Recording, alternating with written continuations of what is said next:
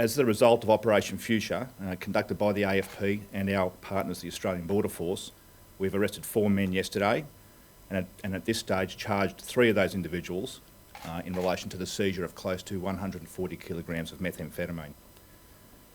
The street value of this seizure is around $80 million.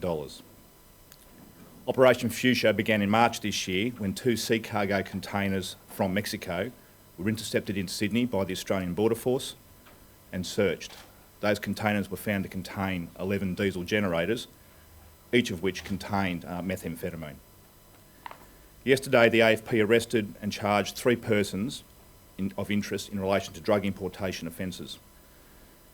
As part of the investigation and the controlled operation, AFP officers conducted 6 search warrants. Of note, this is a case of Mexican organised crime cooperating with West African organised crime in a global syndicate supplying large quantities, commercial scale quantities of methamphetamine into the Australian community. From an AFP perspective, the teamwork between these 2 global organised crime syndicates is unusual. This is not the first large-scale importation we believe these syndicates have been involved in into Australia, and our suspicion, based on our investigation to date, is that they are supplying, at least in part, outlaw motorcycle gangs here in Australia.